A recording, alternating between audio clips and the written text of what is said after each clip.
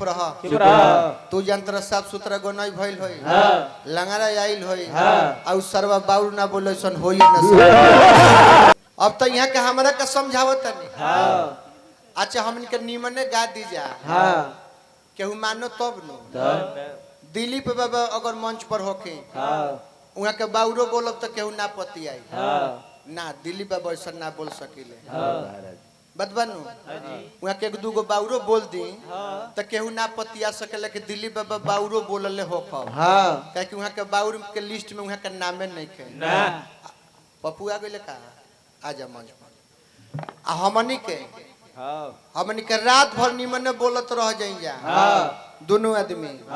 आ काल रुआ सवेरे जाके केहू से कहब कि काल अजीत हल चल अभियंता एक शब्द केहू बाउर नहीं बोलले एकदम साफ सुथरा गनई भइल बा रउए के लोग लागे डांटे का कही चुप रह तू जंत्र साफ सुथरा गनई भइल होई लंगड़ा आइल होई और सरवा बाउर ना बोले सन होई न। लोग कही कि लंगड़ा आइल होई और सरवा बाउर ना बोले होई न सके वो मालूम ना होई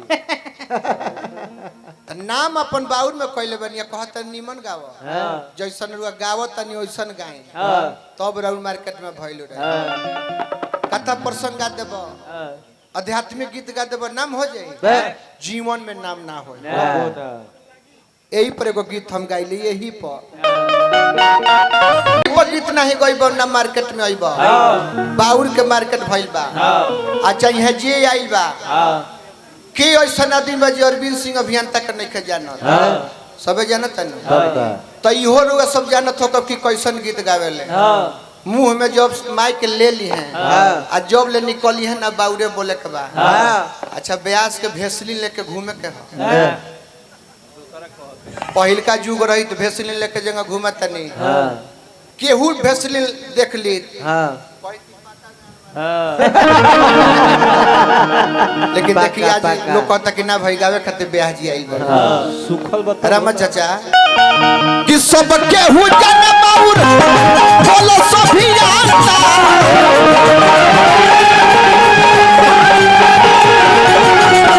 सब केहू जन बाउर बोलो सभी जानता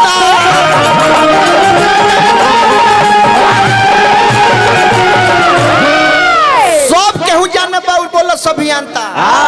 आ तबो एको दिन खाली नहीं खा आ तबो देखो पाए ना लेके हो जाता क्या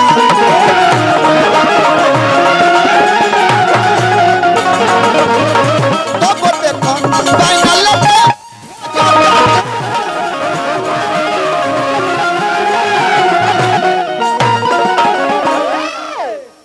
हमरा धर्म मांझी जी बानी।